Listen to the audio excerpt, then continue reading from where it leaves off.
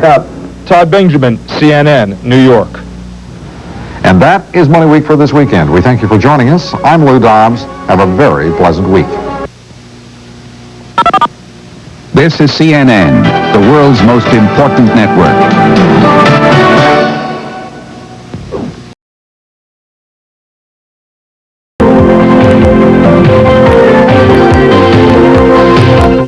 This is CNN, a service of Turner Broadcasting System.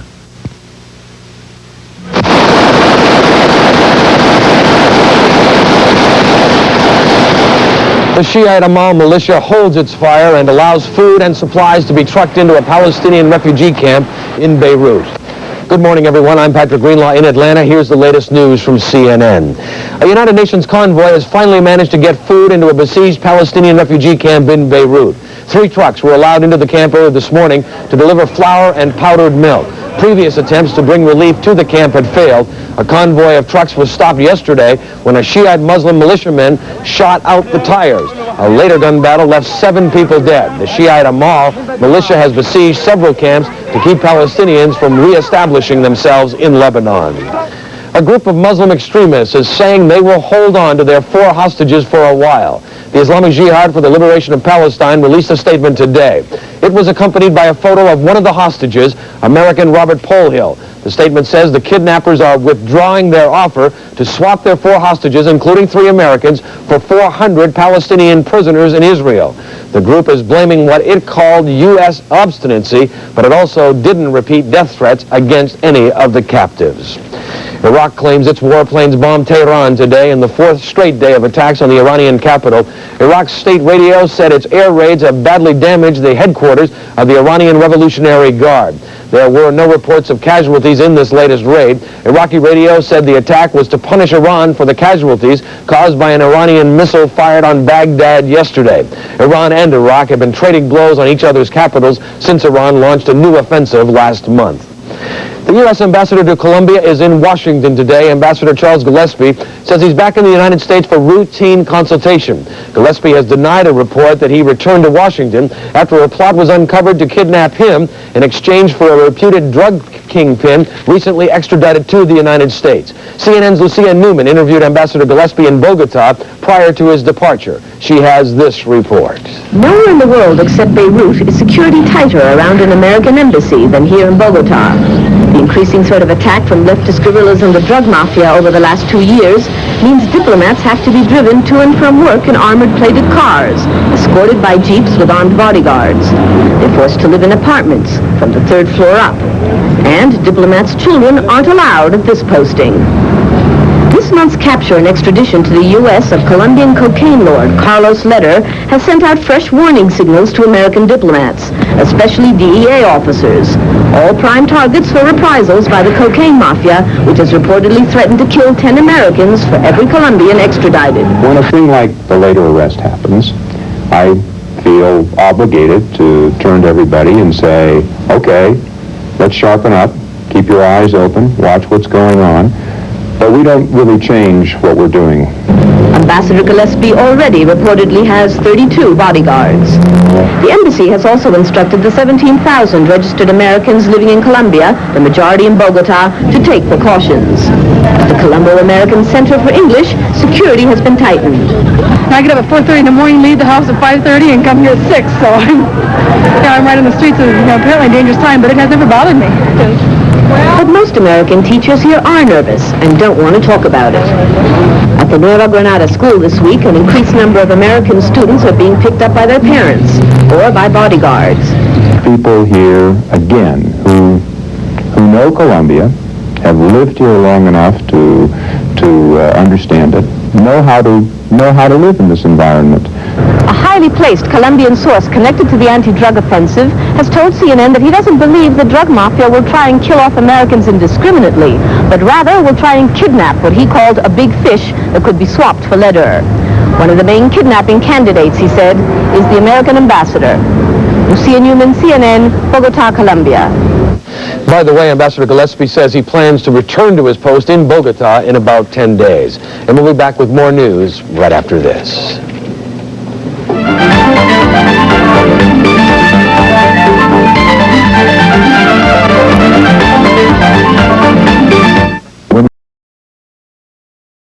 watch is in effect there. Cold readings around the Great Lakes, the upper Mississippi Valley, most of the Northeast today, with a bit of wind. You'll experience northwest winds basically up to around 20 miles per hour, so some wind chill can be encountered there. Warmer readings to the south. We'll give the complete weather details, but now some forecasts.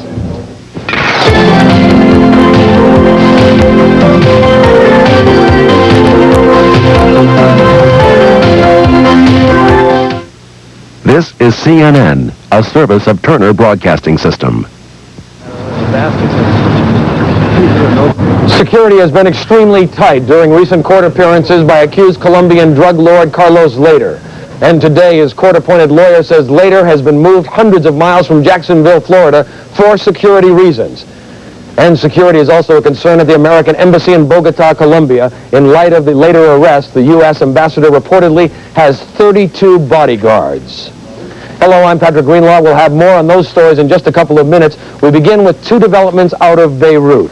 No deal. That's the word today from a group of kidnappers holding 4 professors in Beirut, including 3 Americans.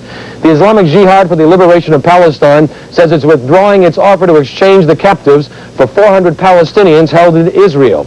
A statement blames U.S. obstinacy for that decision. Meantime, food supplies have finally been allowed into a Palestinian refugee camp in Beirut, where residents say they were forced to eat cats and dogs. 3 United Nations trucks delivered the goods this morning, but the Shiite Amal militia says it won't allow any more shipments until Palestinian guerrillas give up their positions in the south. And Shiite Amal leader Nabi Berri has been involved in both hostage and the refugee camp negotiations. He held a news conference in Damascus, Syria today to talk about these latest developments. And CNN's Ben McNitt was there, and he's on the phone right now from Damascus. Ben, what's the latest? Here in Damascus, Nabi Berri, leader of the Lebanese Shiite Amal militia, says he is not discouraged by the kidnappers' latest communique. Berri is working on a 3-way swap, trading an Israeli airman Amal holds for the 400 prisoners if the kidnappers first release their hostages. Berri says he will ask the Red Cross within the next 10 days to open negotiations with Israel on the airman prisoners exchange. But for the moment, the Amal leader is more concerned with events at the Palestinian refugee camps in Lebanon. In the early morning, Berri allowed a United Nations relief team through Amal's siege ring around the Borj al-Barajna camp to distribute 17 tons of flour and powdered milk. In 3 months of fighting, Amal, backed by Syria, has surrounded the camps to choke off an attempt by PLO leader Yasser Arafat to reestablish guerrilla bases there. In Borj al-Barajna, near starvation has reportedly reduced the refugees, some of whom have fled to other camps, to eating dogs, rats, and donkeys. On Friday, a UN relief convoy was halted when unknown gunmen opened fire. An Iranian who was escorting the supplies was killed. In Tunis, Arafat has called on the UN to relieve the famine in the Palestinian shantytowns. With the kidnappers refusing negotiations and Berri now preoccupied with the camps war, whatever slim chance existed for the hostages' early release has all but evaporated. Ben, getting back to the camps war, as you just heard, and you well know, that the Amal is saying that there won't be any more shipments of food until other Palestinian positions or guerrillas give up their positions in the south. How long will this food that was shipped today and arrived today, how long will that keep the people going in the refugee camps? Well, in Borj al-Barajna itself, there are estimated to be some 35,000 refugees, and the reports we have was that the supplies that were delivered today consisted of merely 17 tons. So you can figure it out yourself. Those are not supplies that would last for a particularly long time. In addition, there are wounded inside that camp who have not received any medical attention, and their medical supplies are virtually non-existent inside the camp. So within the camps, it is still a highly critical situation, a highly dangerous situation.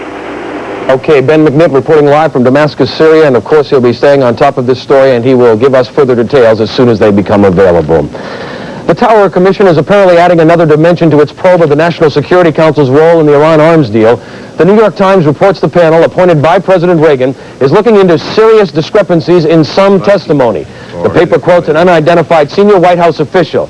Now, the source says it was not quite a cover-up, but that attempts were made to conceal and distort facts about the controversy. President Reagan was asked if there had been a cover-up as he left the White House yesterday for Camp David.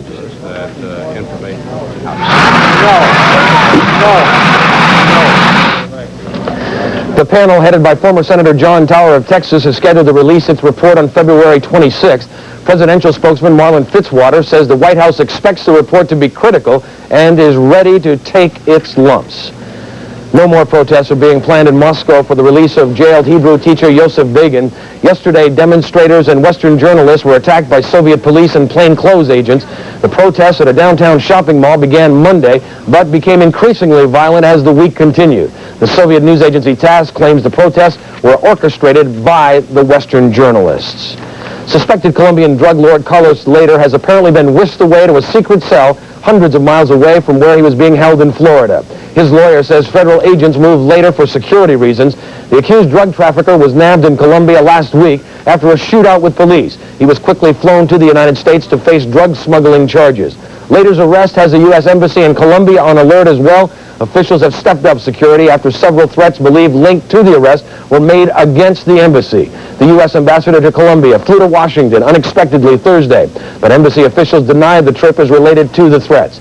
CNN's Lucia Newman, who talked to Ambassador Charles Gillespie before he left, has this report. Nowhere in the world except Beirut is security tighter around an American embassy than here in Bogota. The increasing threat of attack from leftist guerrillas and the drug mafia over the last 2 years means diplomats have to be driven to and from work in armored plated cars, escorted by jeeps with armed bodyguards. They're forced to live in apartments from the 3rd floor up. And diplomats' children aren't allowed at this posting. This month's capture and extradition to the U.S. of Colombian cocaine lord Carlos Later has sent out fresh warning signals to American diplomats, especially DEA officers, all prime targets for reprisals by the cocaine mafia, which has reportedly threatened to kill 10 Americans for every Colombian extradited. When a thing like the Later arrest happens, I feel obligated to turn to everybody and say, okay, let's sharpen up, keep your eyes open, watch what's going on. But we don't really change what we're doing. Ambassador Gillespie already reportedly has 32 bodyguards. The embassy has also instructed the 17,000 registered Americans living in Colombia, the majority in Bogota, to take precautions. At the Colombo American Center for English, security has been tightened. I get up at 4:30 in the morning, leave the house at 5:30, and come here at 6, so I'm right in the streets of apparently dangerous time, but it has never bothered me. But most American teachers here are nervous and don't want to talk about it. At the Nueva Granada school this week, an increased number of American students are being picked up by their parents or by bodyguards. People here, again, who know Colombia, have lived here long enough to understand it, know how to live in this environment. A highly placed Colombian source connected to the anti-drug offensive has told CNN that he doesn't believe the drug mafia will try and kill off Americans indiscriminately, but rather will try and kidnap what he called a big fish that could be swapped for Later. One of the main kidnapping candidates, he said, is the American ambassador. Lucia Newman, CNN, Bogota, Colombia.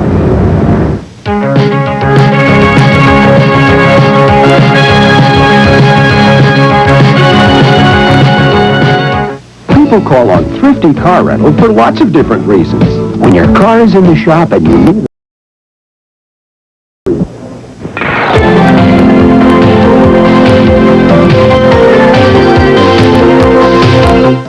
This is CNN, a service of Turner Broadcasting System. Much needed food and medicine is finally making its way to starving Palestinian refugees in Beirut. The convoy follows a brief lifting of a 4-month-long siege. Hello, I'm Steve Schatz. Our top story this hour concerns the fate of U.S. hostages in Lebanon. A Muslim extremist group in Beirut is withdrawing its offer to free its hostages. The kidnappers announced their decision today in a statement released in Beirut. CNN's Tamara Phillips has our report. The statement, accompanied by a photograph of American hostage Robert Polhill, said all negotiations for release of the 4 captive university professors are suspended.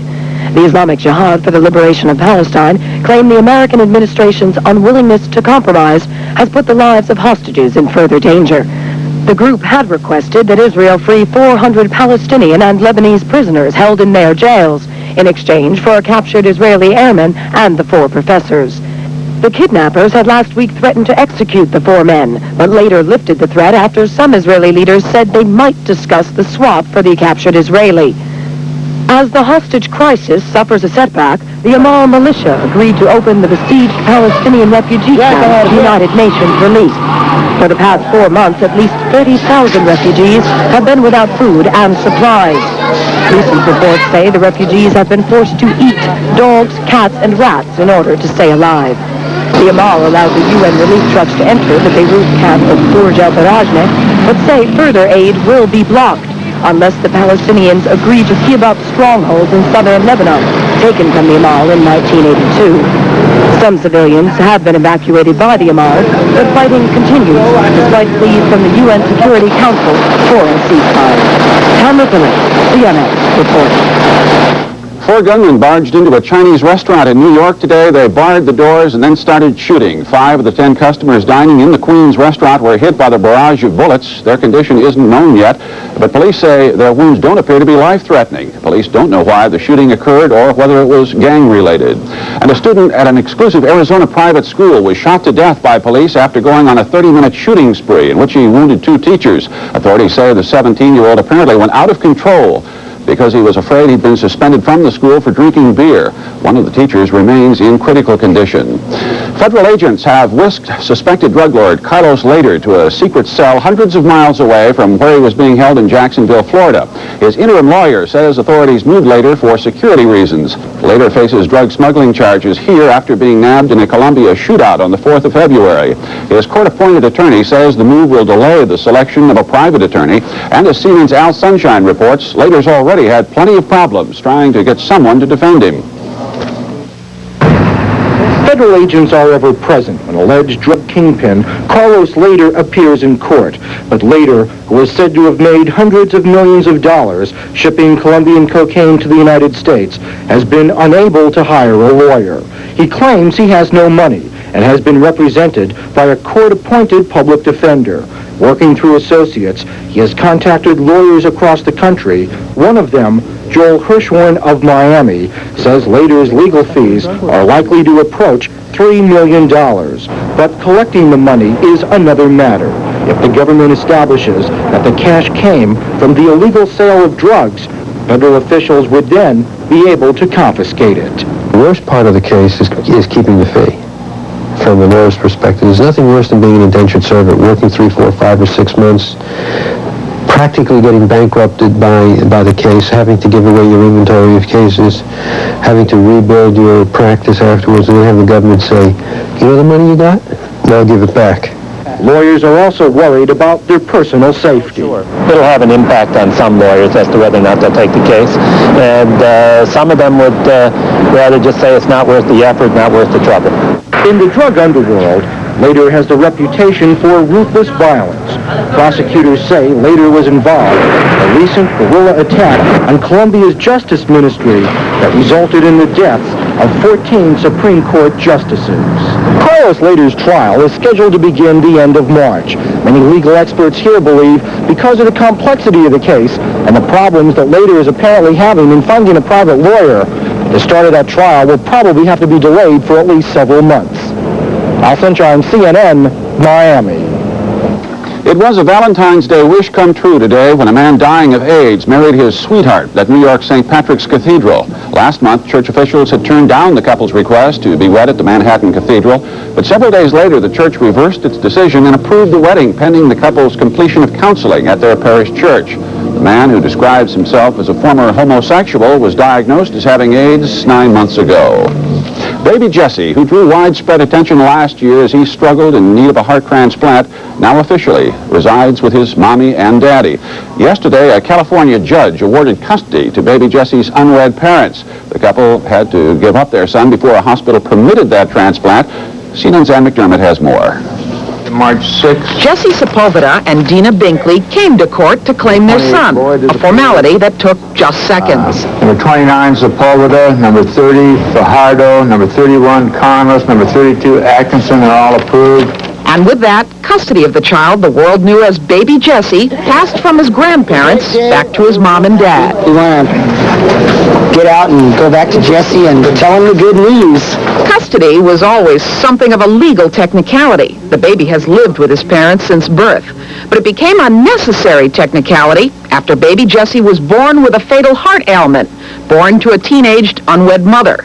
His parents' youth and marital status became an issue in getting the child a transplant because officials at Loma Linda Medical Center, a leader in infant organ transplants, believed the parents were not mature enough to maintain the grueling schedule of care required by a transplant patient. Finally, a custody agreement was worked out, but in the meantime, baby Jesse needed a heart, and quickly. His parents had gone on a talk show to explain their plight. When the word came down, a heart had been found. We are donating a heart to the baby in Loma Linda, California. A Michigan couple who'd heard about baby Jesse decided to donate the heart of their child who was born brain dead. The transplant was performed the same day. A month later, baby Jesse went home. The child is healthy now. Just ask his father and watch how quickly he brandishes photos. And now the custody has been restored. The happy ending is complete. Well, maybe there's one final loose end. Now all we have to do is get married. Ann McDermott, CNN, Pasadena, California. 3 months into the Iran arms controversy, most Americans appear to be dissatisfied with the level of honesty in this country. That is the conclusion of a new CNN U.S. News and World Report poll that's conducted by the Roper organization last weekend. 75% of those who had an opinion said they are not satisfied with current honesty and behavioral standards. Those polled were also asked whom they trusted most. 60% said husbands and wives. 54% said television news anchors. 40% said auto repairmen, and 38% said the President of the United States.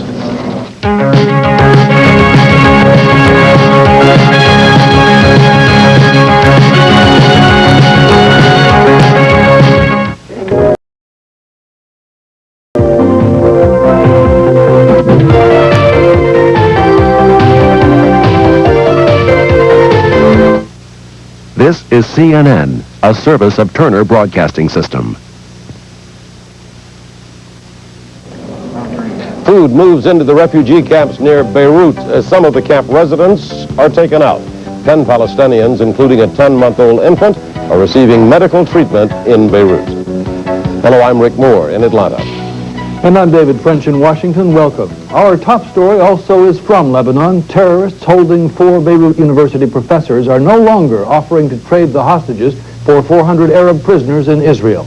The Islamic Jihad for the Liberation of Palestine today suspended that offer, blaming the United States for failing to respond to what it called just demands. Today's statement was the first word from the kidnappers since Monday, when they postponed the deadline for executing the hostages.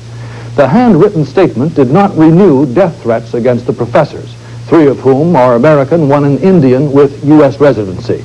The kidnappers said the trade would not have been a form of negotiations, but within the framework, quote, of swaps that are done in war.